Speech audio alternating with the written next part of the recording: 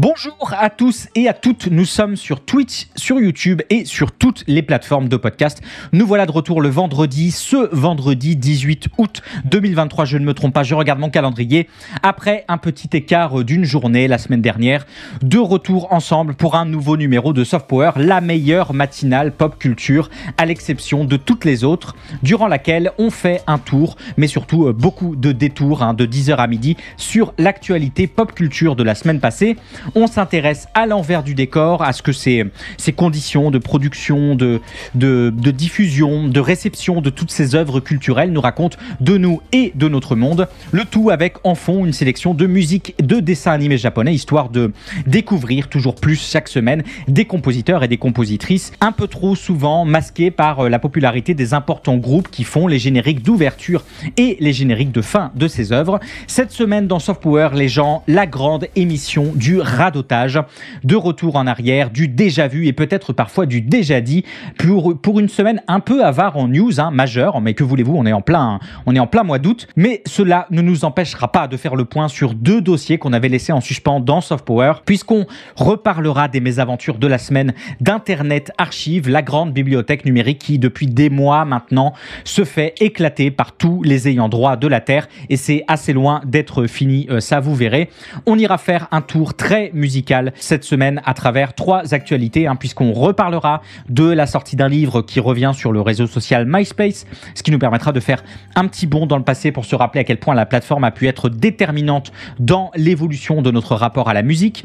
On va aussi plonger dans les masters de Taylor Swift qui, surprise, ne lui appartiennent pas, mais ça va bientôt changer. Et pour rester dans la musique, on va mettre les mains dans le cambouis des intelligences artificielles génératives, puisque cette semaine, on apprend que Google, Universal et Warner sont sur un bateau et qu'ils sont en train de virer leur cutie à vitesse grand V pour adapter à bras très grands ouverts les IA génératives de musique. On parlera de quoi ? On parlera aussi de King of Kota, la nouvelle superproduction du cinéma Malayalam, et ça a l'air de tout défoncer, vous verrez ça. On se penchera aussi nostalgiquement sur le film d'horreur culte des années 80 Zepota qui refait fortement parler de lui ces derniers jours sur Twitter, et on essaiera aussi d'aborder la sortie de Call of Duty Modern Warfare 3, l'un des grands événements culturels de cette année, mais aussi de Soft Power. Mais avant tout les gens, vous le savez, un bon Soft Power, c'est avant tout une bonne bande-annonce de la semaine pour démarrer l'émission, et celle-ci est d'autant plus bonne cette semaine qu'elle relève en soi d'un petit miracle de production. On en avait déjà parlé, on en avait déjà l'eau à la bouche, la bave aux lèvres et les potards à 200. Allez, branchez vos guitares électriques, prenez la vie qui traîne par terre et vous me ferez le plaisir de compter précisément vos ex, histoire d'éviter les mauvaises surprises.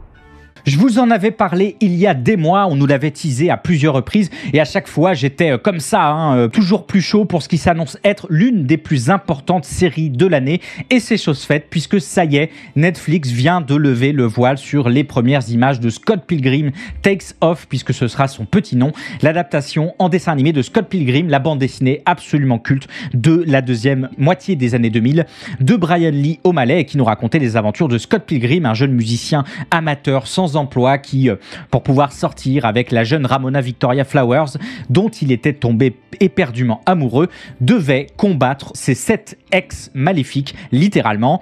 Une bande dessinée qui avait connu un grand succès critique et commercial et qui avait été adaptée en film en 2010 par Edgar Wright, avec Michael Cera dans le rôle principal. Un film dont le caractère culte est tout à fait proportionnel au monstrueux bide qu'il a pu faire en salle en se faisant exploser à l'époque par Expendables, et il obtenait en effet fait à peine 50 millions de recettes pour un film qui en avait coûté 60, pas loin d'être une catastrophe industrielle. Et malgré son statut d'incontournable acquis à la force de ses gros DVD, la claque que le film s'était prise, ajoutée à la fin du comics, nous laissait penser que malgré les envies d'Edgar Wright de donner suite à son œuvre, c'en était bel et bien fini de Scott Pilgrim. Et c'était à vrai dire plutôt le cas, à part une vague réédition 4K Ultra HD du film en 2021 et une refonte du très sympa jeu vidéo Scott Pilgrim vs The World The Game pour les machines nouvelle génération. Mais c'était sans compter l'envie débordante d'Edgar Wright de revenir sur l'œuvre, corrélée à la stratégie long terme de Netflix de se présenter comme la plateforme incontournable de l'animation. Pouf, début 2023, on en avait parlé justement à ce moment-là, la plateforme ON Rouge annonce une nouvelle adaptation de Scott Pilgrim sous forme de série animée intitulée Scott Pilgrim Takes Off, une série produite par Netflix et Universal Content Production et réalisée par le studio japonais Science Saru, dont vous avez probablement vu passer au moins les miniatures de Devilman Crybaby en 2018 et Japan Sinks 2020, sorti, je vous laisse deviner l'année, pour deux animés précisément produits pour Netflix, dont Science Saru est devenu un partenaire de choix, comme le peut l'être également le studio Powerhouse dont on a parlé il y a quelques semaines dans Soft Power. Et quand on voit les premières images de cette bande-annonce, on se dit que le choix était d'autant plus pertinent que tout semble grouiller d'énergie, de vie et rendre impeccablement hommage à l'œuvre originale et beaucoup au film aussi, avec l'empreinte du ton, de la direction sonore et de l'intégralité du casting original, le casting du film revenu pour le doublage de cet animé, ce qui est très clairement un exploit vu que pas mal d'entre elles et d'entre eux sont depuis devenus d'énormes stars qui doivent être très difficilement contactables, à commencer par Chris Evans, Brie Larson, mais aussi Michael Cera et Mary-Elizabeth Winstead. Et ça, je ne spécule pas, c'est Brian O'Malley lui-même qui dit que ça a été une tannée, à tel point que le visuel de la série a été fait bien après l'enregistrement des voix, tellement il fallait être sûr que tout le monde remplisse bien sa part du contrat. Mais c'est réussi et ils et elles seront tous et toutes là pour les 8 épisodes de 30 minutes chacun qui couvriront l'entièreté de l'animé. On nous avait laissé miroiter un temps la possibilité que cet animé serait une suite de l'œuvre originale, en cause une déclaration un petit peu nébuleuse d'Edgar Wright qui disait que cette série ne ferait pas qu'élargir l'univers Scott Pilgrim et qu'il faudrait la regarder pour en apprendre plus. Et même si on n'en est pas encore sûr, ça ressemble quand même beaucoup à une série qui se serait donnée pour mission précisément d'élargir l'univers en proposant une version augmentée de l'œuvre originale, puisque très clairement de nouvelles scènes semblent avoir été ajoutées et certains personnages un petit peu peaufinés, puisqu'on voit de nouvelles scènes avec Envy Adams interprétée par Brie Larson, mais aussi une bataille dans un décorum de magasin de vidéos qui de mémoire n'est pas dans l'œuvre originale, ce qui fait sens quand on sait que beaucoup d'idées, par exemple pour le film, avaient été laissées sur la table de montage et qu'Edgar Wright, même s'il n'est que producteur exécutif, est très investi dans le projet.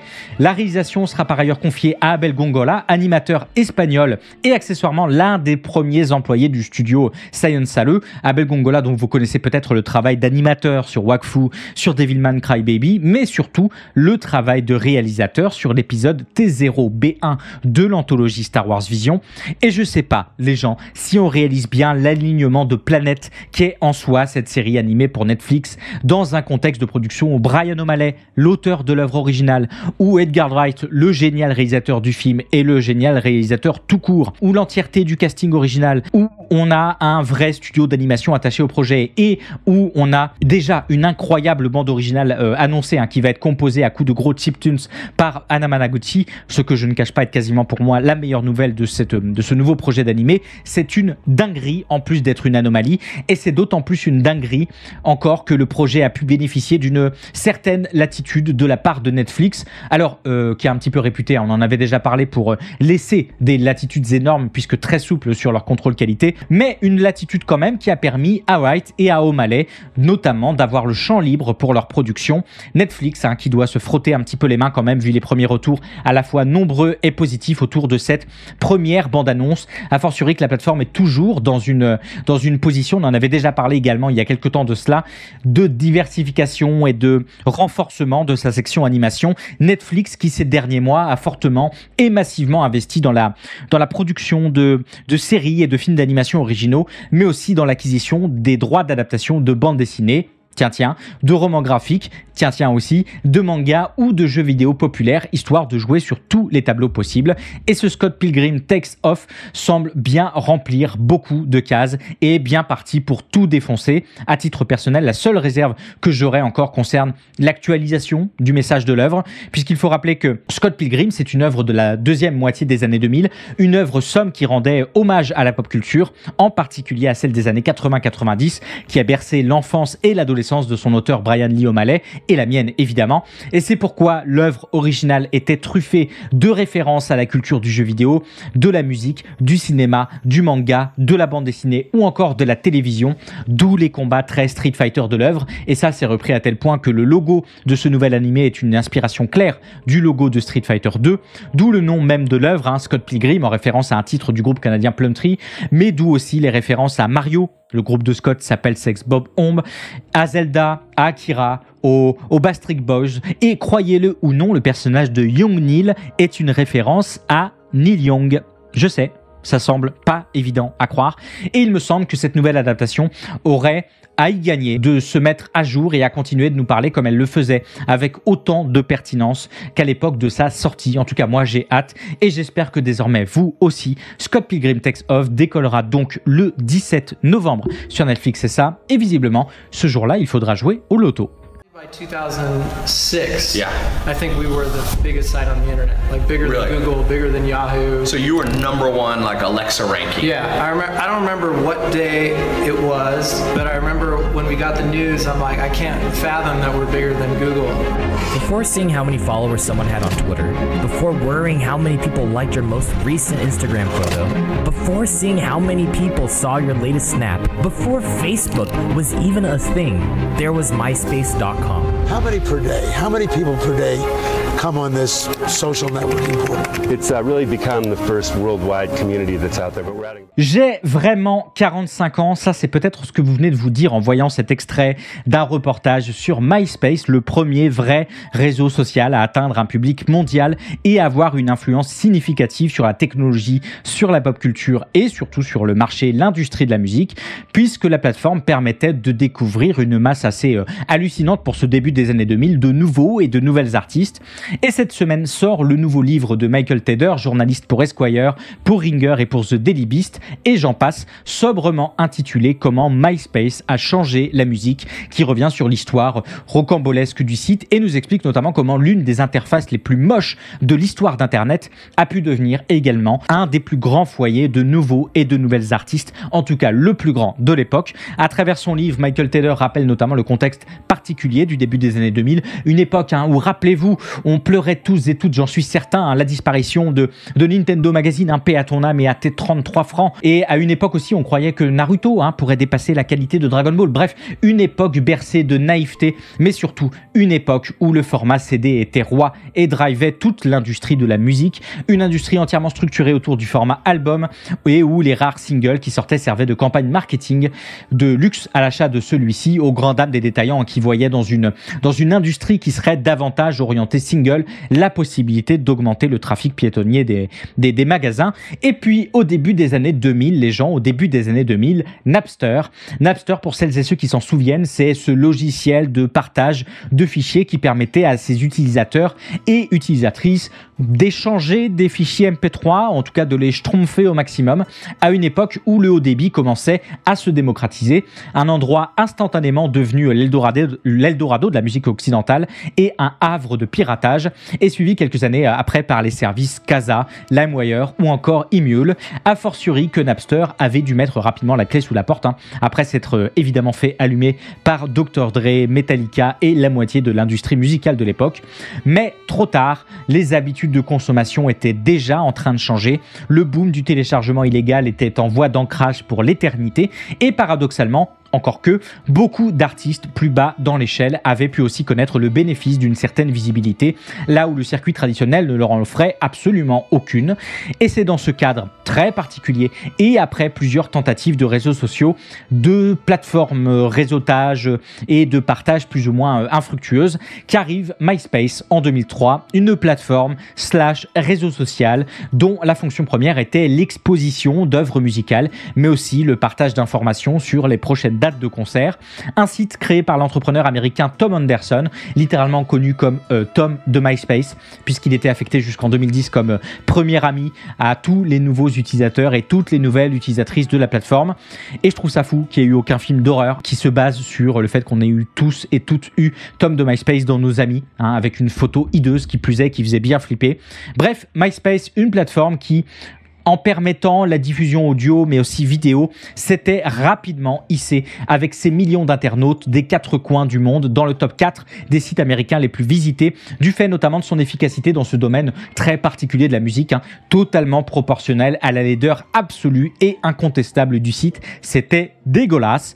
La plateforme a rapidement permis à de nombreux contributeurs et contributrices musicaux et musicales de se faire découvrir, voire de se faire ouvrir la porte de nombreuses majors. Lily Allen, c'est MySpace qui lui a permis de rapidement enregistrer son premier album All Right Still, qui a été un carton monstrueux en Angleterre en 2006. C'est Arctic Monkeys, considéré comme un des plus grands phénomènes musicaux du net avec leur album Whatever People Say I Am, That's What I'm Not. Mais c'est aussi Calvin Harris, c'est aussi All City, c'est aussi Kate Nash, c'est aussi Sandy Tom, c'est aussi Sean Kingston, c'est aussi Adele, évidemment, hein, qui est repéré sur la plateforme et qui avait attiré l'attention du découvreur de talent Nick Huggett, et ce qui lui avait permis justement de signer pour son premier album. Et c'est Orelsan en France avec son titre Saint-Valentin. Des succès d'autant plus énormes que MySpace drainait le plus souvent beaucoup plus de visites à l'époque, hein, que les sites officiels des artistes qui étaient souvent vus, et à raison, hein, à ce moment-là, comme moins réactifs, moins pratiques pour le contact, pour l'annonce de dates de concert ou pour la diffusion de morceaux. Et puis la fin de l'histoire, bah, vous la connaissez, une concurrence accrue, notamment avec l'arrivée de Facebook, de SoundCloud, de Mixcloud, a fortiori que les problèmes techniques, les bugs, les spams, les piratages, les lenteurs du site jouaient largement contre lui. Et puis aussi un changement de direction majeur, hein, suite à un rachat pour faire de MySpace un portail où les moins de 35 ans pourraient accéder à de la musique, des émissions télévisées et à des jeux. Échec absolu de la mission, en plus de faire perdre au site son identité et son authentique espace de créativité et d'expression pour les musiciens et pour les fans. Le site existe toujours, il n'est plus que l'ombre de ce qu'il a pu être, encore que l'interface, elle, est toujours aussi dégueulasse. Comme ça, il y a une forme de continuité et de suite dans les idées, mais c'est quand même un sacré bout d'histoire de la culture internet, de la pop culture évidemment, et une grosse machine à soft power, vous l'imaginez bien, sur laquelle a travaillé Michael Taylor pour son livre, explorant notamment l'époque à travers une succession d'entretiens avec des pionniers de la scène musicale, de Chris Caraba de Dashboard Confessionnel à Max Bernis et de Say Anything, en passant par Frank Hero de My Chemical Romance, pour rappeler que oui, MySpace avait absolument tout changé. Comment MySpace a changé la musique de Michael Taylor, c'est sorti ce mardi aux éditions Chicago Review Press, et je sais pas pour vous, mais ce petit retour au début des années 2000, moi ça me rend toute chose. Je sentirais presque l'odeur du goûter devant un nouvel épisode DS Club 7. On the last night of the US leg of the Eras Tour, in the 8th month of the year,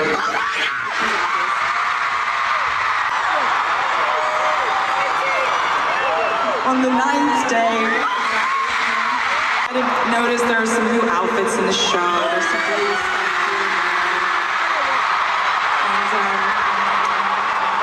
And there's something that I've been planning for a really, really, really ridiculously, embarrassingly long time. And I think instead of just like telling you about it, I think I'll just sort of show you something I've been excited to show you. She then sings new Romantics as the surprise song. Est-ce que Taylor Swift est en train de devenir, si elle n'est pas déjà devenue, la plus grande artiste pop de sa génération? Ça, c'est difficile à dire objectivement, mais en tout cas, tous les indicateurs sont au vert pour celle qui, après 53 concerts donnés aux États-Unis depuis mars 2023 pour sa tournée Eras Tour, est partie faire un tour au Mexique, en Argentine et au Brésil pour là-bas aussi casser les records les uns après les autres. Et quoi de mieux pour fêter tout ça que d'annoncer dans le courant de la semaine dernière, la vidéo que vous venez de voir, lors d'une date de concert, la sortie de 1989, un nouvel album pour la chanteuse à la fin du mois d'octobre, et qui devrait encore une fois tout exploser sur son chemin. Sauf qu'attendez, 1989 c'est un album qui est déjà sorti ça, et en octobre 2014 qui plus est. Mais alors, qu'est-ce que c'est que ce pastis? Pour bien comprendre tout ça, je vous propose de faire un petit détour et de remettre un petit peu tout ceci en contexte pour bien saisir l'enjeu d'une telle sortie. Taylor Swift, ces derniers mois, c'est 150 dates prévues pour la tournée qui devraient rapporter $1 milliard, ce qui est tellement colossal que la Réserve fédérale américaine des États-Unis elle-même s'est empressée de saluer et de remercier Taylor Swift pour son impact sur l'économie américaine, rien que ça. Et à ce titre, on pourra rappeler que c'est sa venue à Philadelphie en mai dernier. On peut rappeler que sa venue à Philadelphie en mai dernier avait été tellement importante qu'elle avait à elle seule permis la relance du tourisme de la ville qui stagnait depuis la pandémie. Et je vous passe les détails également sur le record d'occupation des hôtels à Chicago début juin. Et Taylor Swift, c'est aussi, on en avait déjà parlé, le crash de Ticketmaster, du fait de quasiment 1 million de personnes connectées en même temps pour obtenir des billets pour la tournée. Et pour être plus terre à terre, c'est tout simplement l'artiste féminine ayant eu le plus grand nombre d'albums numéro 1 des ventes aux États-Unis, 12 albums sur 13, pas mal. Un ratio plutôt ok, il me semble. Et je ne m'appesantis pas par ailleurs sur l'histoire un peu étrange du séisme de 2,3 sur l'échelle de Richter provoqué par les fans qui avaient sauté en chœur dans l'enceinte du stade de Lumen Field à Seattle le mois dernier. Vous avez bien entendu, mais je vous rappelle que c'est dans les conditions générales de notre monde. On ne rigole pas avec le fandom de Taylor Swift. Bref, une carrière littéralement extraordinaire pour celle qui est parfois décrite comme la première diplomate américaine, en tout cas l'une des figures de proue du soft power américain de ces dernières années, quand il ne s'agit pas en parallèle d'un soft power Swift, quand par exemple Minneapolis prend le nom de Swiftopolis le temps d'un week-end pour célébrer la venue de l'artiste et surtout d'un demi-million de touristes. Un soft power directement observable de l'autre côté de l'océan, puisqu'on a appris cette semaine qu'un cours de littérature anglaise inspiré par Taylor Swift serait proposé à l'université de Gand en Belgique à partir de l'automne 2023.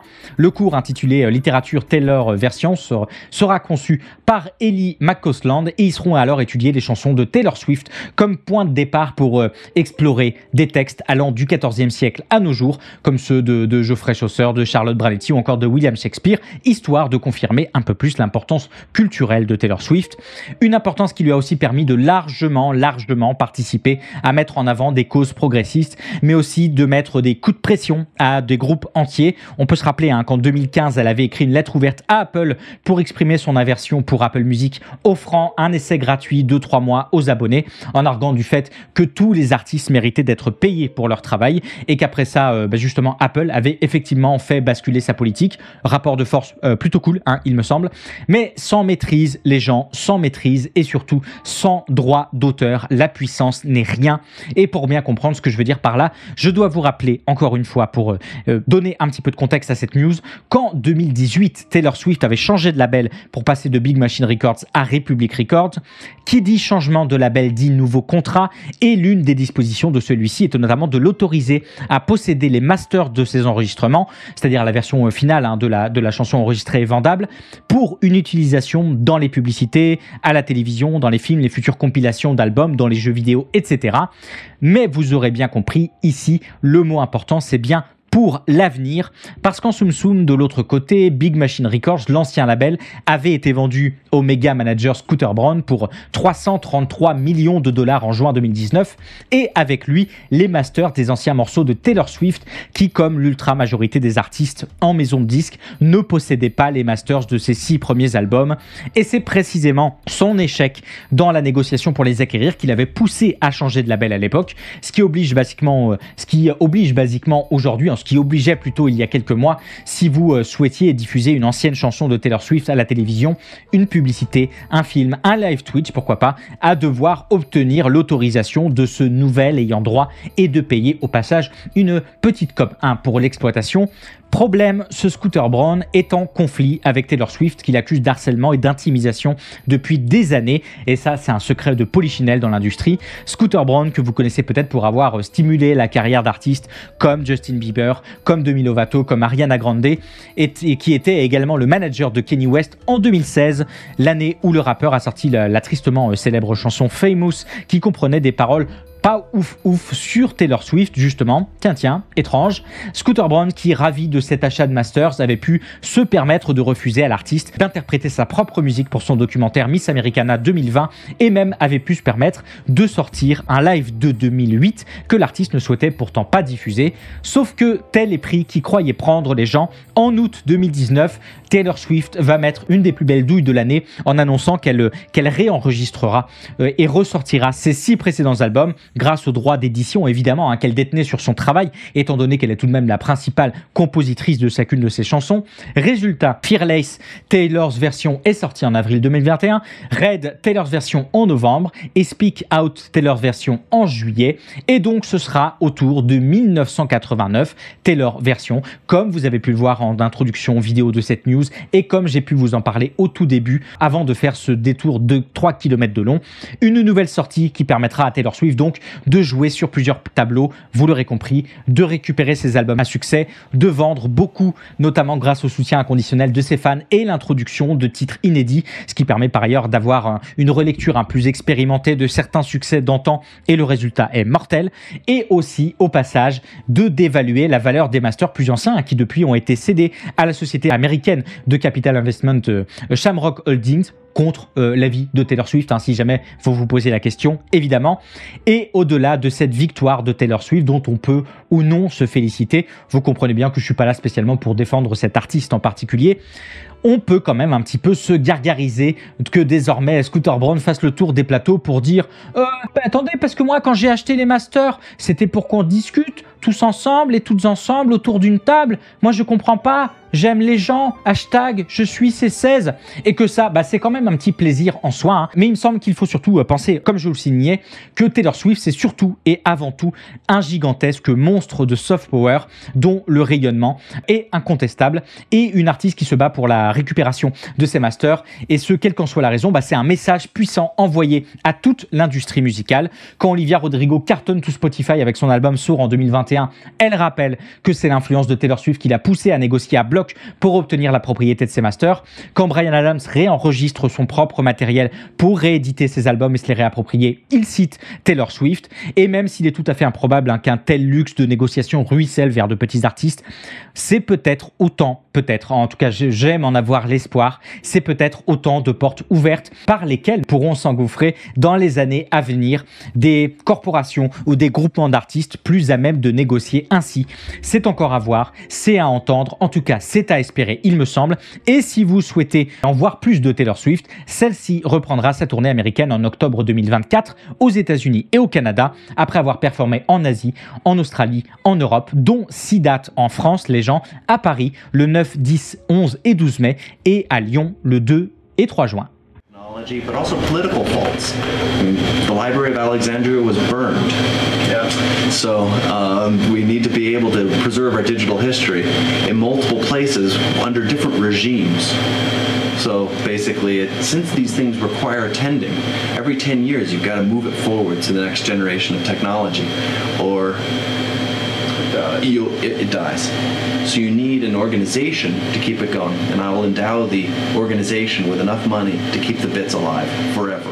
Je ne sais pas si vous vous en souvenez, mais dans les premiers numéros de Soft Power, on avait parlé d'Internet Archive, cette organisation à but non lucratif dont la mission est d'archiver le contenu du web et de le rendre accessible au public. Une organisation qui propose également des services comme la Wayback Machine que vous devez connaître, qui permet de consulter des versions antérieures de sites web, mais aussi et peut-être surtout des services comme la Open Library qui offre un accès gratuit à des millions de livres numérisés avec des règles d'emprunt et de remise de livres qui rappellent assez précisément celle d'une vraie bibliothèque physique en dur, le tout dans un objectif assez sain de préservation du patrimoine culturel et d'un plein accès à tout un pan de la culture de l'humanité. Une bien noble mission, il me semble, qui par nature la met en contradiction avec les titulaires des droits des œuvres numérisées. Et précisément, si on en avait parlé à ce moment-là, c'était pour rappeler qu'en 2020, 4 grandes maisons d'édition dont Hachette avaient assigné la plateforme en justice, notamment vis-à-vis de sa sa National Emergency Library, une bibliothèque numérique temporairement mise en place pendant la pandémie par Internet Archive et qui offrait un accès désormais dérégulé et illimité à tout un tas d'œuvres numérisées. Comprenez qu'avec avant le plan d'urgence, si vous vouliez emprunter un livre numérique, il fallait absolument qu'un exemplaire physique soit disponible chez Internet Archive et que celui-ci n'ait pas déjà été emprunté.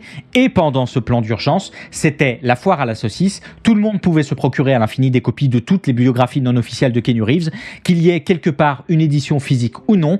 Et on avait terminé la news de manière pas très optimiste à l'époque quant à l'avenir d'Internet Archive, malgré l'importance absolue, il me semble, du projet pour la conservation et l'accès à certaines cultures. Et on avait bien raison, hein, les gens, puisqu'en mars dernier, le juge américain avait bien statué qu'Internet Archive avait violé le droit d'auteur des éditeurs avec sa bibliothèque nationale d'urgence, ce qui était déjà un très mauvais signal pour la plateforme, même si ce procès est toujours pendant, hein, puisque celle-ci a annoncé avoir fait appel de cette décision.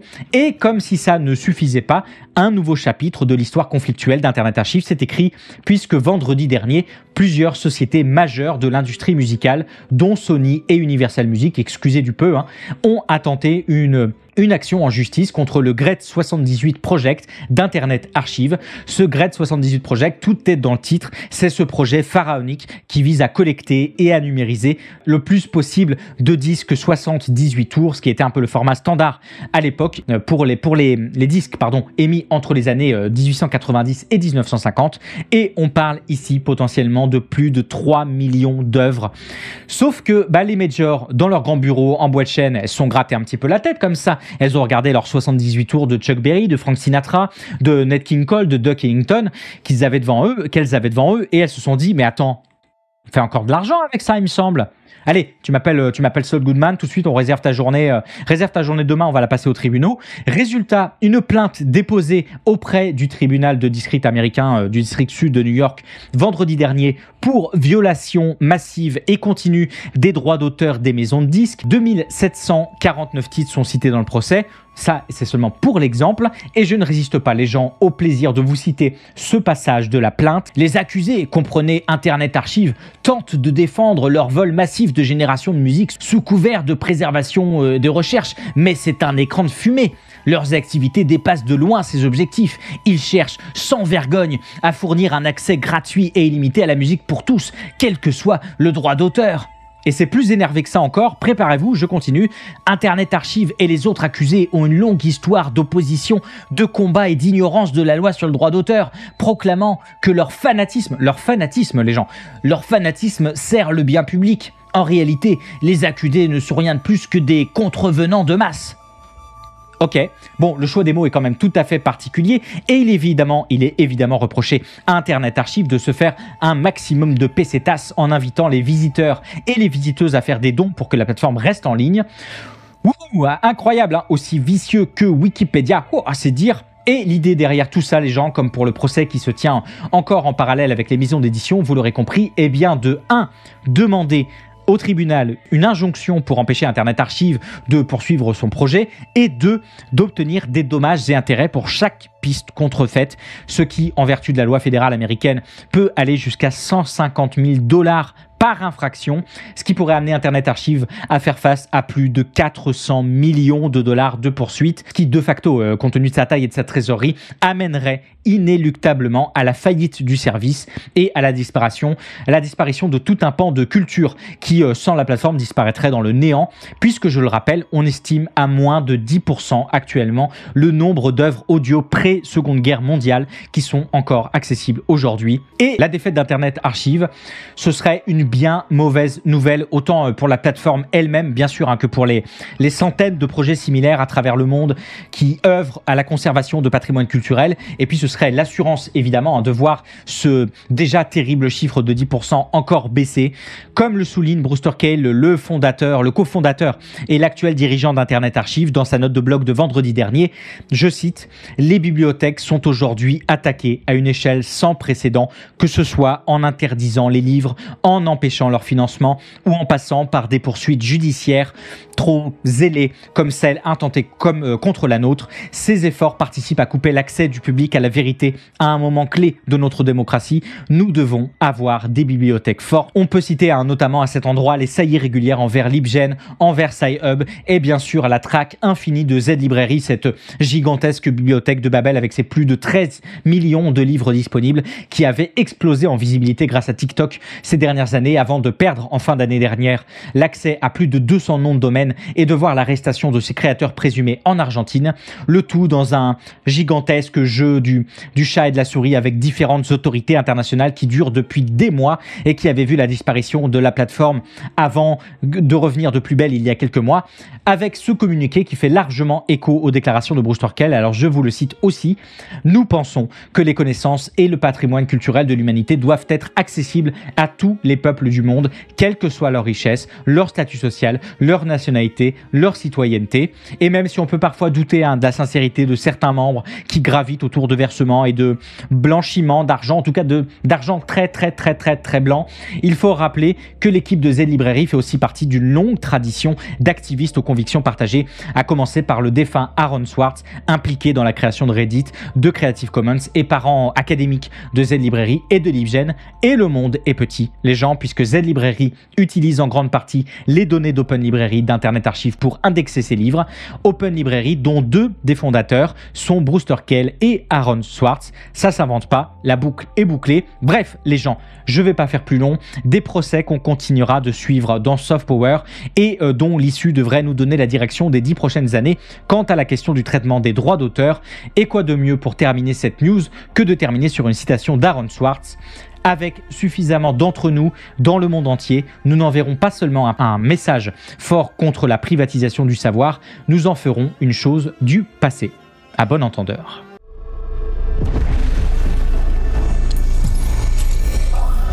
Pour mener à bien cette mission, la discrétion est primordiale.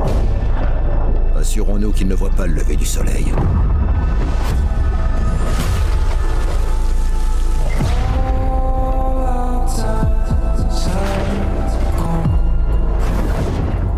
On doit savoir s'il travaille avec Moscou.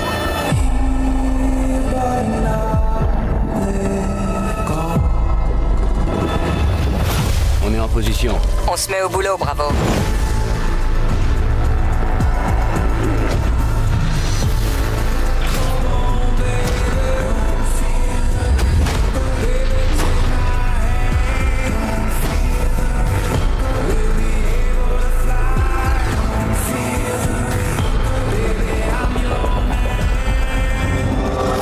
C'est que vous arrivez.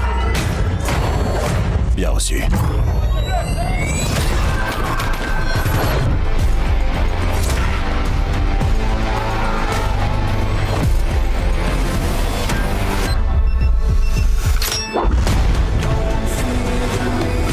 C'est une catastrophe planétaire.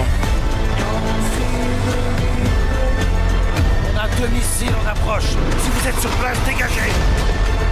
Il assassine des civils. Cible en vue. On demande une évacuation immédiate. Il veut une guerre mondiale.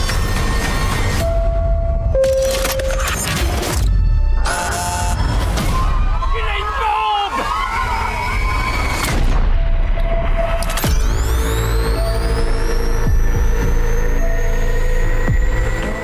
Écoutez, les gens, j'aurais l'air bien malin de nommer une émission Soft Power pour parler des objets culturels de notre temps si je ne parlais pas de ce nouveau Call of Duty Modern Warfare 3. Call of Duty, l'une des franchises de jeux vidéo les plus importantes de notre époque, développée depuis 2003 par plusieurs studios, dont Infinity Ward, Treyarch et Sledgehammer Games. Call of Duty, c'est une série d'une vingtaine de titres à ce jour de jeux de tir à la première personne, couvrant différentes périodes historiques et scénarios fictifs. Et c'est plus de 400 millions d'exemplaires vendus à travers le monde. C'est 500 millions de téléchargements pour la seule version mobile. C'est plus de 100 millions de joueurs sur Call of Duty Warzone, un spin-off de la franchise structuré autour du genre du Battle Royale. Bref, c'est un des objets les plus importants du monde, l'un des plus massifs, l'un des plus drainants de l'industrie et pas seulement celle du jeu vidéo. Un objet culturel dont l'importance est telle qu'il a été pendant des mois le pivot, le cœur de la contestation du rachat de l'éditeur Activision Blizzard King par Microsoft. Une histoire de rachat à 69 milliards de dollars, le plus gros de l'industrie de très loin. Une histoire pleine de rebondissements et qui devrait logiquement se terminer par la validation de ce rachat finalement après que l'autorité de la concurrence américaine a échoué à l'entraver. Une longue histoire qui a notamment permis son lot de fuites et pour nous d'apprendre d'ailleurs que chez PlayStation, un des premiers contestataires du rachat, par exemple, c'était, écoutez ça bien les gens, 1 million de joueurs PlayStation qui jouaient exclusivement à Call of Duty sur la plateforme, c'est fou, et que les revenus de la franchise dépassaient 800 millions de dollars en 2021, un colosse tout simplement. Et donc c'est vous dire si ce nouvel opus de Call of Duty est attendu par des millions de joueurs et de joueuses à travers le monde, parce que c'est Call of Duty tout simplement, mais aussi parce que c'est les 20 ans de la franchise, parce que c'est le 3e épisode de la saga culte Modern Warfare qui en 2007 avait fait sortir la franchise de la période de la Seconde Guerre mondiale pour la placer en scène, pour la mettre en scène dans un environnement moderne. Une trilogie qui avait mis fortement l'accent sur le récit d'une histoire ultra spectaculaire, contée en continu, ce qui fait que la saga est toujours aujourd'hui régulièrement comparée à un ensemble de productions made in Hollywood de AAA, et surtout au global une saga Modern Warfare qui avait placé très haut la barre technique, la barre de mise en scène et la barre des possibilités au plus haut niveau de la franchise, mais aussi en partie du médium dont elle avait par ailleurs marqué l'histoire. Un 3e épisode donc, Modern Warfare 3, qui sera la suite directe de Modern Warfare 2, vous me suivez, c'est bien, et qui mettra en lumière le conflit entre le capitaine Price et l'antagoniste Makarov qu'on pouvait découvrir à travers la trilogie originale de Modern Warfare, parce que oui, il y a déjà eu un Modern Warfare 3 en 2011, auquel ce nouvel épisode emprunte en réalité assez peu. Au programme donc, pour les amateurs et amatrices du genre, je fais rapidement une énorme campagne solo spectaculaire comme d'habitude, des missions à Londres, dans la neige, dans un goulag, dans une campagne qu'on nous promet moins linéaire que d'habitude, plus empreinte de nos choix de joueurs et de joueuses, ça c'est la mode actuellement dans le jeu vidéo, et on nous promet des explosions, beaucoup d'explosions, parce que c'est important quand ça explose, c'est pour ça que les gens en France le réclament à chaque manifestation. Et au casting 3 étoiles du jeu, puisqu'il est désormais courant, vous le savez, pour les Call of Duty de s'entourer de grands noms, du grand et du petit écran, on retrouvera Barry Sloan, Julien Kostoff, Claudia Doumit aussi, pourquoi pas, Warren Cole, Glenn Morshower ou encore Samuel Rockin. Côté multijoueur, puisque c'est désormais là l'épicentre des Call of Duty depuis des années, souvent réputés pour leur multijoueur de qualité et leur matchmaking pas trop dégueulasse. Le jeu proposera 16 cartes classiques de Modern Warfare 2 remasterisées et modernisées, ainsi que 12 nouvelles cartes. Le jeu inclura un mode zombie, en monde ouvert, il sera compatible avec Warzone et Warzone Mobile évidemment, et il y aura bien sûr une bêta ouverte si vous avez envie de tester le jeu avant la sortie du 6 au 10 octobre pour PlayStation et du 12 au 16 octobre pour tout le monde. Profitez-en sur PlayStation, ça va pas durer les avant-premières, avec le rachat d'Activision Blizzard King. Une sortie monstrueuse pour un chouette objet vidéoludique, pour un chouette objet culturel, mais sans doute pour un moins chouette objet de soft power, fascinant par ailleurs, mais qui participe quand même beaucoup de la façon dont la guerre, la violence, le patriotisme, l'identité et la géopolitique sont désormais représentés dans le jeu vidéo et dans l'imaginaire de beaucoup de joueurs et de joueuses, le tout en renforçant, et là j'enfonce la porte la plus ouverte du monde, une image positive et valorisante de l'armée américaine, apparaissant le plus souvent comme une force moderne, efficace mais surtout légitime pour défendre la liberté et la démocratie dans le monde, contribuant sûrement au moins un peu au passage à former l'opinion publique internationale sur les enjeux politiques, géopolitiques actuels et à justifier les interventions militaires américaines dans diverses régions du monde. On sait par ailleurs que Call of Duty utilise des consultants militaires pour rendre le jeu plus réaliste et plus crédible. On sait que Bobby Kotick et Brian Kelly, président du conseil d'administration d'Activision Blizzard, avaient cofondé la Call of Duty Endowment en 2009 pour lutter contre le taux de chômage élevé des jeunes vétérans américains des conflits post-11 septembre, et une fondation désormais qui vise à aider au global les anciens combattants américains mais aussi britanniques à retourner dans le civil après des années passées au militaire. Et ça, c'est sans parler également des accords de sponsoring de l'armée américaine dans le cadre de sa ligue e-sport, la Call of Duty League, un sponsoring à plusieurs centaines de milliers de dollars qui bat un peu de l'aile quand même récemment suite aux accusations d'harcèlement et de discrimination sexuelle au sein d'Activision Activision Blizzard, mais quand même. Et ça, sans compter que le jeu travaille également l'adhésion à des valeurs américaines particulièrement estimées, de courage individuel, de sacrifice, de leadership et de loyauté. C'est tout ça donc les gens que vous retrouverez dans ce gigantesque colosse de fin d'année, le 10 novembre plus exactement, pour ce Call of Duty Modern Warfare 3 qui promet d'être explosif dans tous ses aspects. Et nul doute que pendant les fêtes, les gens, ça fera bim bam boum, ça fera vroom. Les gens, il est donc 18h05 au Japon, il doit être 17h05 en France. Vous êtes toujours sur Software, la matinale pop culture, comme tous les vendredis de 10h à midi. On va se faire une petite pause d'1 à 2 minutes, c'est le bon moment pour que vous pensiez à mettre un petit pouce bleu si vous regardez l'émission sur YouTube ou une petite étoile si vous écoutez l'émission en podcast. Ça prend 1 seconde et l'aide est totale. 1 à 2 minutes pour se refaire un petit café, pour se rappeler de ne pas commander le livre Le Temps des combats si jamais vous aviez oublié. Et puis pour envoyer un petit message à vos proches, à ses proches, ça mange pas de pain. Et puis on a 1 à 2 minutes surtout pour découvrir ensemble une musique d'animé. On se retrouve juste après pour parler de King of Kota, un nouveau film du cinéma malayalam à base de gros bourre-pif dans la tétasse. On ira faire également un tour du côté des IA génératives de musique avec les régulateurs qui s'attaquent enfin à la question de ces intelligences artificielles. Sauf que les régulateurs, c'est ceux qui devraient normalement être régulés. Pas de bol. On verra ça. Et puis on reviendra sur le film d'horreur culte des années 80, Zepotab, bien décidé à refaire parler de lui ces dernières semaines. Allez, on se retrouve tout de suite sur Soft Power.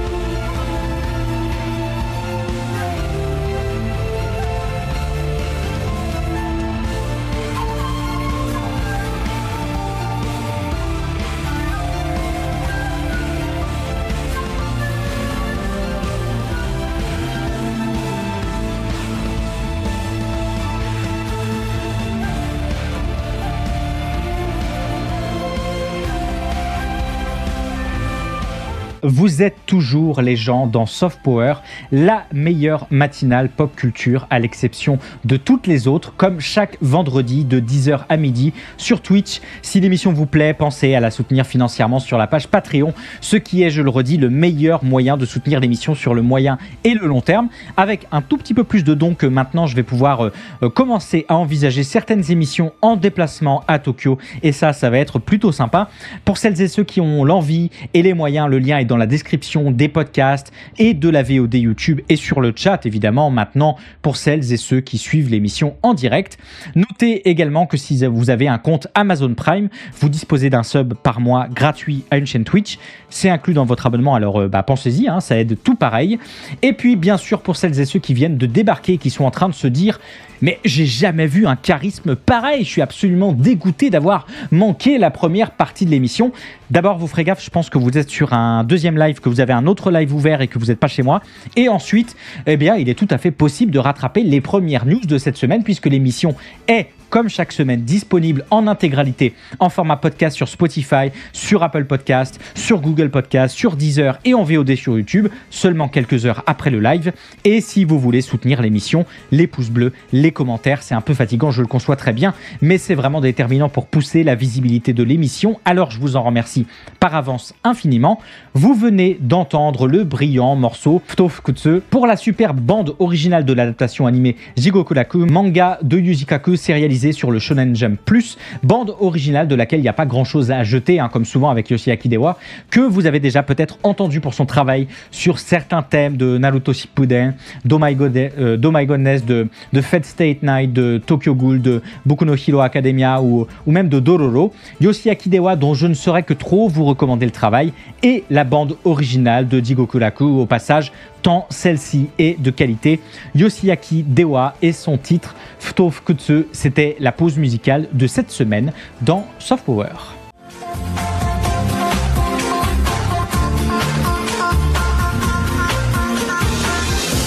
Il existe un monde culturel et différent. Chaque seconde fait de nous des combattants. Notre seul espoir est de tout programmer. Au miracle, on saura sauver notre existence, se donner une chance de tout effacer.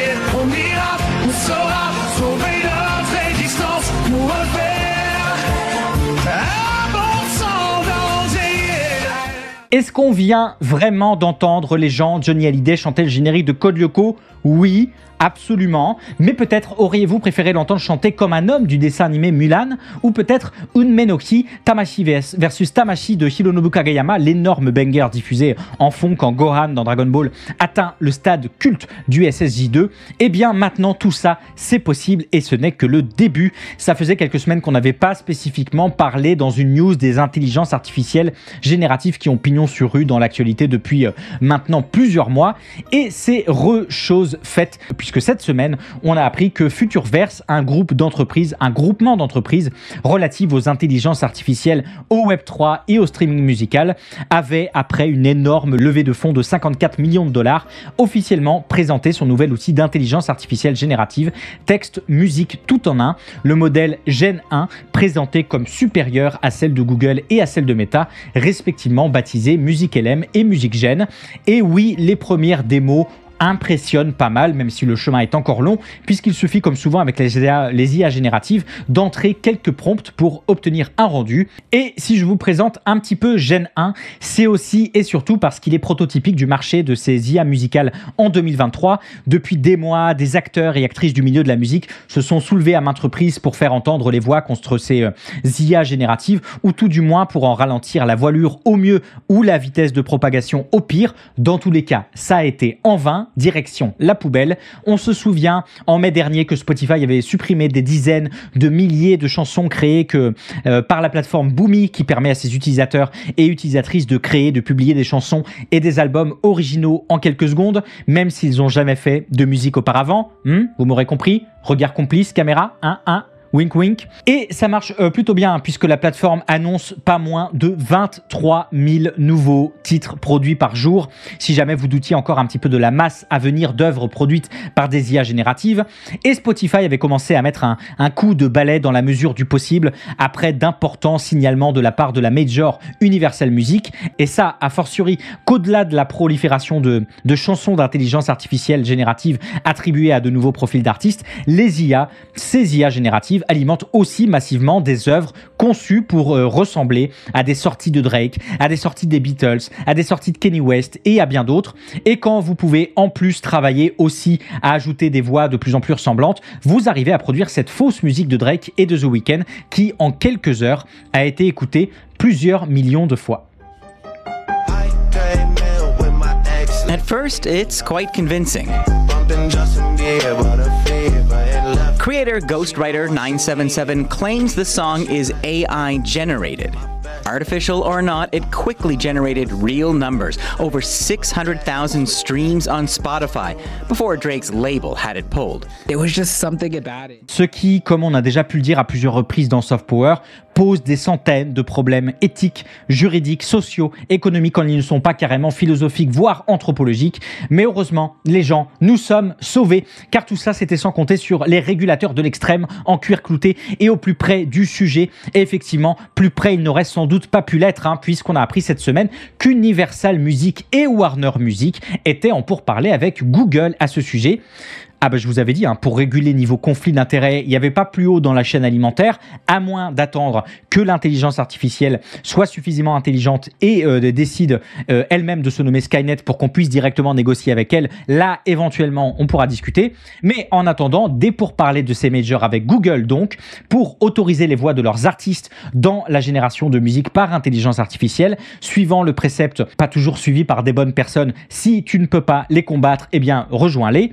Sauf que là, c'est pour le bien des artistes, vous comprenez. C'est en tout cas ce que nous dit Universal dans un communiqué de presse qui, je le pense sincèrement, est en bonne place pour remporter le Bullshitometer of the Year, le BOTY, puisque je cite ce passage d'un cynisme sans nom quand on connaît les habitudes de cette major. La formation de l'IA générative utilisant la musique de nos artistes soulève la question de savoir de quel côté historique toutes les parties prenantes de l'écosystème musical veulent être. Du côté des artistes, des fans et de l'expression créative humaine, ou du côté des contrefaçons profondes, de la fraude et du refus des artistes de leur juste rémunération. Oh, ah ouais, celle-là, vraiment les gens, j'hésite à l'encadrer tellement elle brille de mille feux. Je sais pas si on est dans une époque où on ne peut plus rien dire, mais en tout cas, on est toujours dans une époque où on peut raconter absolument n'importe quoi avec un aplomb tel qu'une pierre philosophale arriverait probablement pas à la changer en autre chose qu'en plus d'aplomb. Surtout que juste après cette déclaration, le Financial Times avait rappelé cette semaine dans un rapport que des pourparlers avaient donc bien lieu entre Google et Universal pour créer un environnement où ces musiques générées par intelligence artificielle nécessiterait en amont le paiement aux titulaires des droits pour l'utilisation d'une piste ou d'une voix. Les titulaires des droits, les gens, vous y trompez pas. Et le fait que ce soit Universal et Warner qui soient en discussion avec Google, c'est-à-dire la plus grande major du monde et la troisième plus grande, c'est révélateur d'un changement de paradigme dans le marché de la musique pour les années à venir, et notamment que désormais, non, il n'est plus question de se passer d'intelligence artificielle, bien au contraire. Ce qui pose des problèmes par ailleurs tout à fait matériels pour ces majors, de diminution à terme de la valeur des productions d'artistes humains, de la question de la profusion, de la standardisation, du blocage des nouveaux et des nouvelles artistes, j'en passe et des pires encore. Mais ça, les gens, tout le monde s'en tape puisque les régulés se régulent entre eux. On apprenait déjà en mai qu'Universal s'était associé à l'application de relaxation Handle pour créer des morceaux utilisant une intelligence artificielle éthique, ce qui, en l'état, dans ce contexte de production, ne veut absolument rien dire. Et je rappelle aussi que Warner a annoncé la sortie de projets d'intelligence artificielle basés sur de grands noms du secteur, sans qu'on en sache beaucoup plus pour le moment. Pour cette année, ce sera la surprise de Noël en tout cas. Seul frein pour le moment, le changement de paradigme est probablement aussi radical que la cause de ce changement. C'est tout un système à revoir de fond en comble et c'est d'autant plus pas une petite chose que ces questionnements touchent absolument toutes les professions artistiques. Je rappelle par ailleurs que c'est aussi pour ces questions qu'il y a actuellement une grève historique aux États-Unis liant scénaristes, acteurs et actrices d'Hollywood et je l'espère bientôt les artistes VFX dont on avait parlé la semaine dernière, notamment dans cette crainte avérée d'un remplacement à l'unité de bon nombre de leurs compétences et de leurs micro-compétences par des intelligences artificielles à une époque où la notion de métier s'est un petit peu perdue. Une chose est sûre, les gens, la bascule à venir n'est plus une vue de l'esprit et je ne vois toujours pas l'ombre du début de discussion nationale à l'horizon. Quel plaisir! Mais après, c'est vrai que la perspective d'avoir toutes les musiques que j'aime chanter par Keanu Reeves et même le générique de Code Lyoko m'emballe plutôt pas mal. Allez, ressaisis-toi Alex, ressaisis-toi.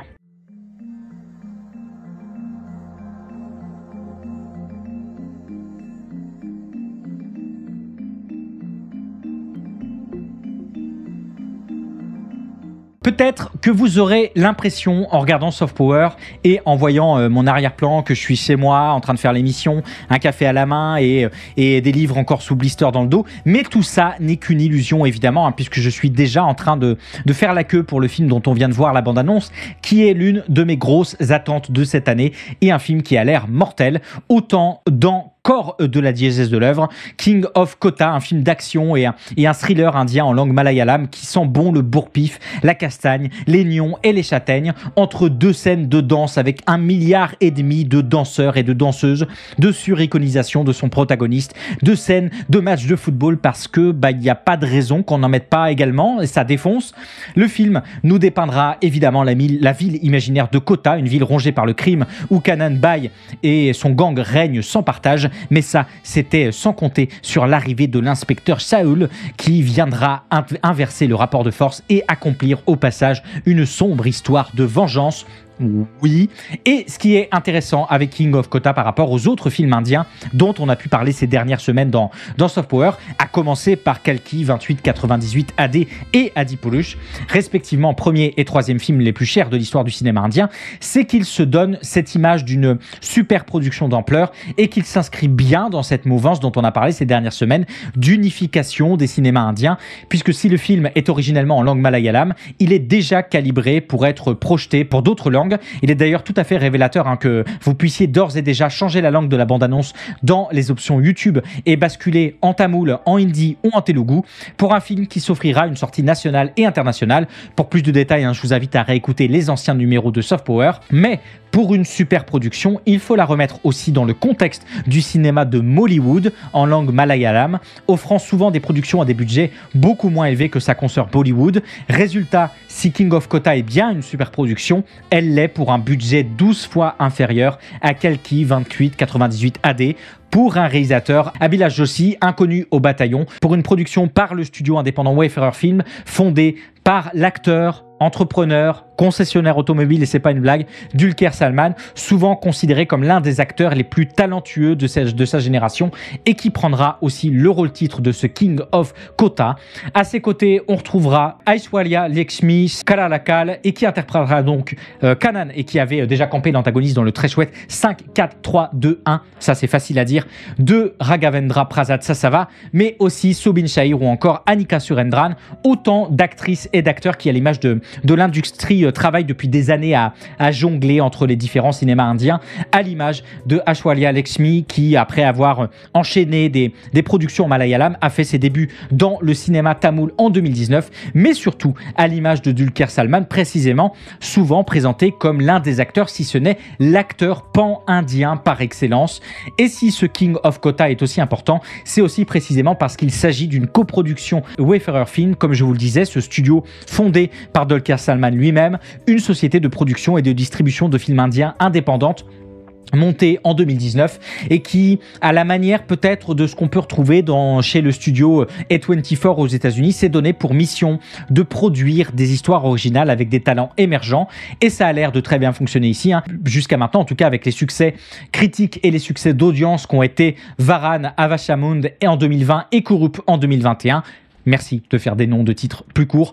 À ceci près que si on peut pousser un peu la comparaison avec A24 dans la reconnaissance fulgurante du studio et l'obtention de tout un tas de prix, celle-ci s'arrête bien vite puisqu'on doit et on peut rappeler que le point commun entre toutes les productions Wayfarer Film, c'est bien d'avoir pour protagoniste Dulquer Salman lui-même, le fondateur du studio. Dulquer Salman au four, au moulin, au portefeuille et probablement devant son miroir tous les matins à gonfler ses pecs comme ça, alternativement l'un après l'autre en grignotant des chikis au pois chiche et en s'exerçant à parler chuchoter pour ses premiers rôles. Bref, l'objectif, les gens, vous l'aurez compris, faire le pont avec ce qu'on disait il y a quelques semaines à propos de Kalki 2898 AD et faire le pont aussi avec une conférence de presse tenue à Chennai pour la promotion d'une autre super production malayalam dans laquelle l'acteur star principal du film avait déclaré, je le cite, « L'avenir du cinéma indien réside dans la fin des frontières. S'ouvrir en grand à un tout nouveau marché réellement national, décloisonner les barrières linguistiques, travailler à un grand imaginaire commun et permettre en l'espèce au cinéma malayalam de prendre de l'ampleur. C'est aussi ça le projet King of Kotha et ça semble très bien parti pour ce film, très fortement aidé par sa campagne marketing puisqu'on parle de prévente record pour le cinéma malayalam, mais aussi des chiffres monstres pour l'acquisition des droits numériques et satellites et pour l'acquisition des droits audio du film par Sony Music. Sans surprise, ça devrait donc bien se passer en salle. King of Kotha, les gens, ce sera donc jeudi prochain au festival Onam 2023, puis dans les salles indiennes. Pas encore de date pour la France, mais on peut espérer que ça ne serait trop tardé.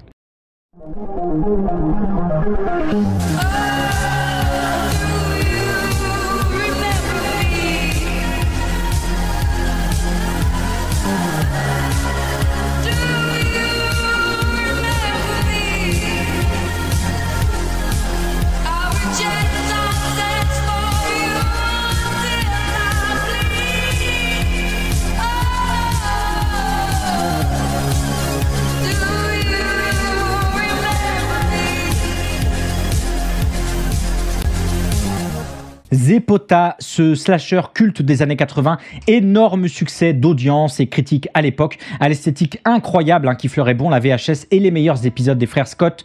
Et ces derniers jours, si vous êtes utilisateur ou utilisatrice de TikTok, vous aurez sans doute vu passer des tonnes et des tonnes de vidéos qui évoquent une certaine nostalgie pour le film.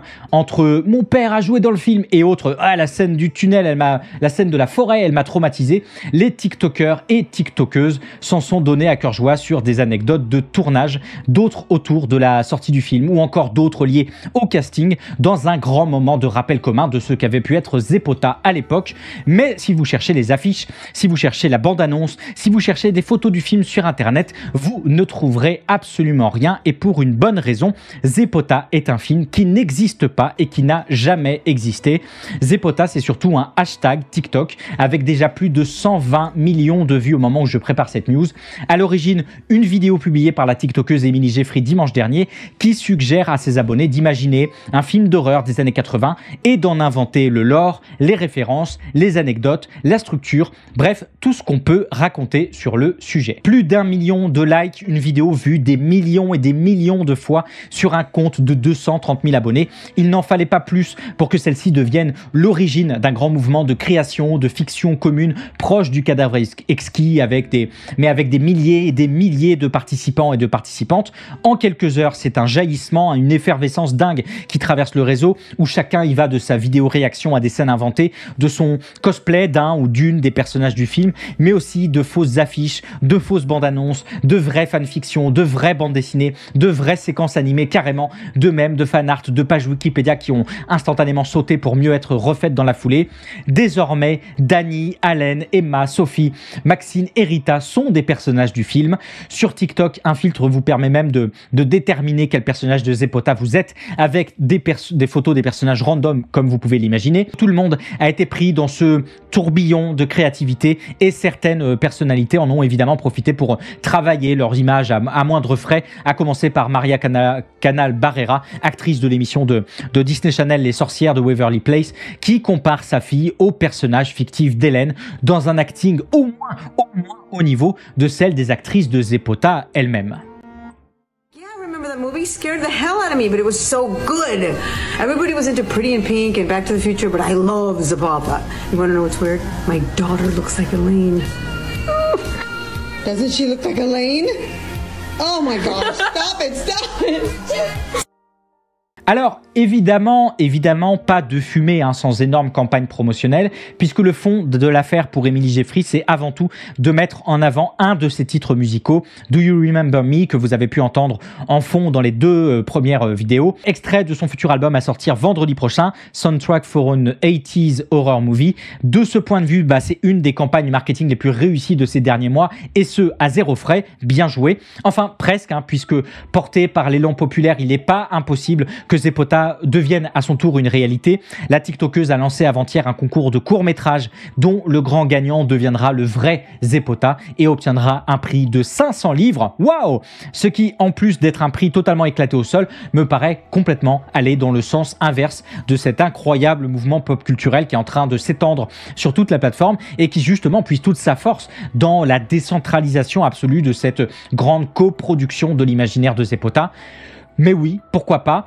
Parce que oui, Zepota, c'est une bien chouette création commune de mon point de vue, qui n'est pas sans rappeler ce qui avait pu être fait l'année dernière avec Goncharov, un film de 1973 présenté comme un chef-d'œuvre du cinéma de mafia réalisé par Martin Scorsese et mettant en scène Robert De Niro, Al Pacino ou encore Gene Hackman, un film étiqueté le plus grand film mafieux jamais réalisé, littéralement jamais réalisé, un film très très dur à trouver puisque vous l'imaginez bien, celui-ci n'existe pas non plus, et un film qui avait connu son petit bonhomme de création sur Tumblr en 2022 à partir d'une modification réalisée en 2020 de l'affiche du film Gomorrah de Matteo Garonne. Et là aussi, même si les internautes sont allés beaucoup plus loin encore que pour Zepota, tout était pipeau du synopsis aux scènes clés, en passant par l'affiche, par la bande originale, par la bande-annonce, par des fausses VHS, par des centaines et des centaines de fanfics, des fausses études universitaires et même pour le plaisir du lore, une vraie déclaration de Martin Scorsese qui, amusé par ce projet collaboratif, avait admis avoir vraiment fait le film plutôt fair play. Et si je vous parle de ça aujourd'hui, c'est que Goncharov, comme Zepota, me semble être de parfaits exemples de création collective et participative sur Internet. Une nouvelle façon de faire de la culture populaire à travers de nouvelles pratiques culturelles contemporaines, exploitant toutes les possibilités offertes par les réseaux sociaux et les outils du numérique pour des œuvres qui jouent avec les frontières du réel et du fictif et qui offrent une sorte de nouvelle forme de narration aux milliers d'auteurs et d'autrices, des œuvres composites de références détournées, réinventées, touchant à de nombreux genres et flirtant souvent avec la parodie dans un jeu permanent de codes et d'attentes. C'est Zepota, bien sûr, c'est Goncharov, évidemment, mais c'est aussi Ratatouille, la comédie musicale, une fausse comédie musicale basée sur le film de Brad Bird pour lesquels les internautes avaient publié carrément des chansons créées pour l'occasion. C'est aussi l'histoire de Put Lovato, la jumelle cachée de Demi Lovato, inventée après que Tumblr s'est emballé autour d'une photo un peu trop délavée et un petit peu trop éclairée de Demi Lovato. Mais c'est aussi l'histoire de Slenderman, évidemment, ce personnage issu d'un mème, très grand, très mince, vêtu d'un costume noir et d'un visage blanc et sans traits qui enlève et terrorise les enfants et qui est surtout devenu une grande mythologie 2.0 issue d'un travail collaboratif. 2.0 parce qu'en plus d'être évidemment des objets numériques, ces nouvelles créations qui s'étendent comme du folklore franchissent des frontières culturelles mondiales, un rythme inédit jusqu'à présent dans la façon dont nous racontons des histoires, dont nous racontons des histoires et dont nous les développons depuis des millénaires, et aussi parce que les conditions matérielles rendent désormais possible à la majorité des internautes et pour une somme absolument dérisoire de raconter des histoires et de déployer toute notre créativité ensemble, que ce soit sur la base d'un coup marketing, d'une photo mal prise ou simplement d'une image retouchée quelque part à un moment donné. Et ça, moi je ne sais pas pour vous, mais je trouve ça tout à fait fascinant. Oh, et je vous avais pas parlé justement du fait que j'avais un oncle qui était figurant dans la scène de la forêt de Zepota? Non? Bon allez, je vous raconterai ça une autre fois. C'est terminé pour les news de cette semaine. On aurait pu parler de tout à fait autre chose. J'aurais pu vous parler des audiences de la télévision américaine qui s'effondrent et passent pour la première fois sous la barre des 50% au profit, vous l'imaginez bien, des plateformes de streaming. J'aurais pu vous parler également de la déclaration de la police sud-coréenne quant au très fort soupçon de manipulation des chiffres du box-office sud-coréen suite à des ententes un petit peu mystérieuses entre des responsables de cinéma et des distributeurs, carrément. J'aurais pu vous parler de cette polémique à pleurer autour de Juliette Armanet sur les lacs du Connemara de Michel Sardou, mais oublions ça rapidement. On a tous et toutes perdu suffisamment de neurones à écouter les invraisemblables commentaires politiques sur la question. J'aurais pu vous parler, peut-être qu'on en reparlera un de ces quatre, je ne sais pas, de la grande bataille qui a lieu contre YouTube Download, cet outil de téléchargement depuis YouTube que vous devez probablement connaître, et l'étau se referme petit à petit autour de la plateforme. J'aurais pu vous parler, pour faire le lien avec un vieux soft power, du fait que la limite de temps de jeux vidéo en Chine semble n'avoir eu finalement que très peu d'effet sur la réalité du temps de jeu effectif des jeunes joueurs et des jeunes joueuses, principalement, nous dit-on, parce que tout le monde pipote les chiffres à tour de bras et joue avec le compte des parents. Et oui, pas folle la guêpe. J'aurais pu vous parler de la version bêta lancée par Netflix de son service de cloud gaming, mais on aura sûrement l'occasion d'en reparler à l'avenir. J'aurais pu vous parler de Stephen Amell, vous vous souvenez, l'acteur de The Hero, La Flèche, comme personne ne l'appelle dans le milieu, surtout depuis sa déclaration de la semaine dernière où il disait en substance « c'est pas ma grève ». Et finalement, on l'a vu sur les piquets de grève cette semaine. Et oui, faut quand même soigner son image quand on a une petite polémique aux fesses, en tout cas la semaine dernière.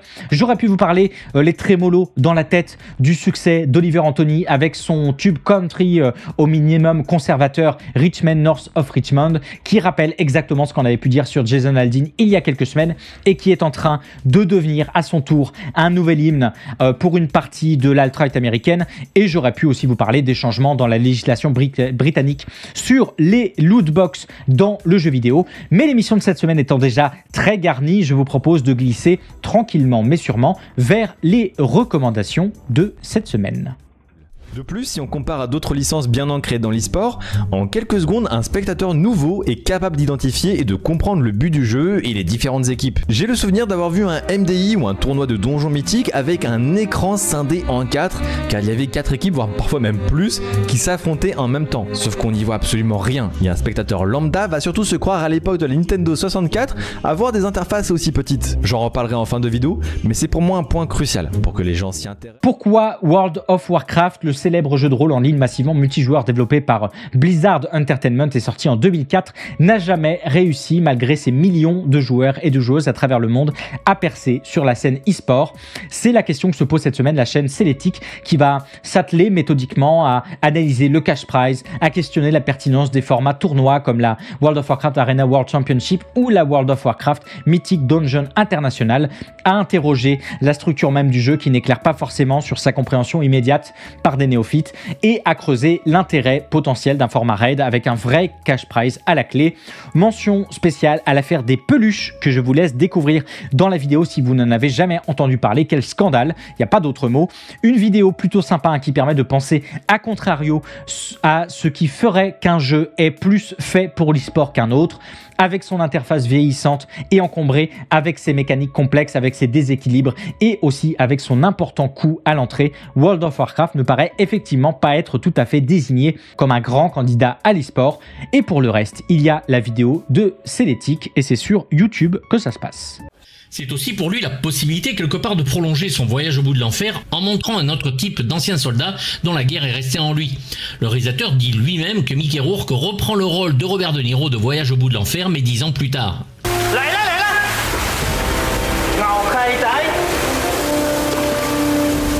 L'immigration est bien sûr le sujet phare, le héros est d'origine polonaise et Chinatown en est le lieu même où à l'intérieur d'une ville, un mini-pays émerge avec sa culture, ses croyances et ses règles.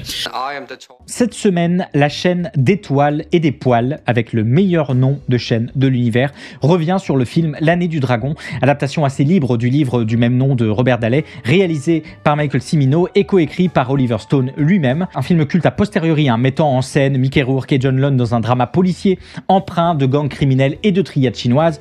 Un film qui a acquis ses lettres de noblesse donc des années après son bide en salle et son fort ressentiment critique, bon nombre de critiques de l'époque ayant pointé du doigt la violence mais aussi le racisme du film.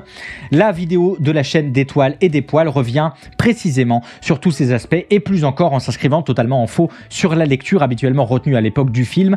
Elle revient également sur le triangle Cimino, Stone et De Laurentiis, le producteur, notamment connu pour mettre des douilles à tout le monde dans l'industrie cinématographique, mais elle revient aussi sur la figure de Mickey Rourke, celle de John Lone, sur la musique du film, avant de terminer le tout par une analyse de l'œuvre. C'est précis, c'est bien compté, la vidéo est recommandée. L'année du dragon de Michael Cimino, surprise et analyse, c'est sur la chaîne d'étoiles et des poils que ça se passe. C'est pas lire dans l'avenir, je ne veux pas dire qu'on a affaire à une réplique de Hans Zimmer, même si on verra qu'il y a des points communs. Je vous rassure, on ne va pas tout voir puisque Ludwig, aussi connu sous le nom de Ludovine, est dans le milieu depuis pas mal de temps, et pas seulement de l'industrie cinématographique, mais de la musique de manière générale. Il est par exemple le producteur de tubes comme This Is America, et était même membre d'un groupe de jazz, The Fabulous Five. Il est compositeur de musique de films depuis pas mal de temps, et travaillait déjà sur de gros projets américains comme Creed en 2015. En 2019, il gagne l'Oscar de la meilleure bande originale pour Black Panther, mais n'ayant pas vu le film, je préfère ne pas m'attarder sur le sujet. Mais on peut dire... Est-ce que ça vous dirait de partir à la rencontre du nouvel Hans Zimmer? Ça, c'est la promesse de cette chaîne, la chaîne Raphaël Leonardis, qui va nous faire découvrir, ou plutôt redécouvrir, le génial Ludwig Göransson derrière les brillantes bandes originales d'Oppenheimer, de The Mandalorian, dont la bande originale est largement ce qui s'est fait de mieux dans l'univers Star Wars depuis plus de 20 ans, et de l'excellent Last Stop Fruitvale Station. Au programme, la vidéo permet, après une courte présentation du musicien, de se replonger dans les bandes originales précisément de The Mandalorian, de Tenet et d'Oppenheimer pour tenter de saisir le délicat travail de Göransson pris en tenaille entre ses velléités artistiques, les demandes dues ou des réalisateurs et avec ce que le film ou la série appelle, le tout pour des bandes originales souvent composées chez lui, à la maison, tranquille, pépouze, devant son ordinateur en mode confinement pour l'éternité.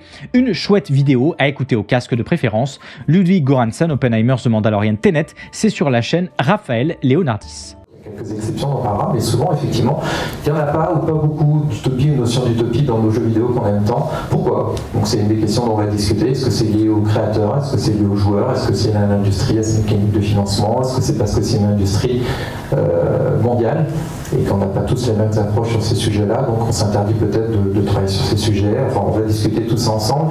Et puis on va... Pour cette dernière recommandation de la semaine, je vous propose donc de passer en mode gros cerveau et micro de gauche. Oui, en effet, pour pour suivre une table ronde autour d'une question assez passionnante. Pourquoi si peu d'utopie dans le jeu vidéo?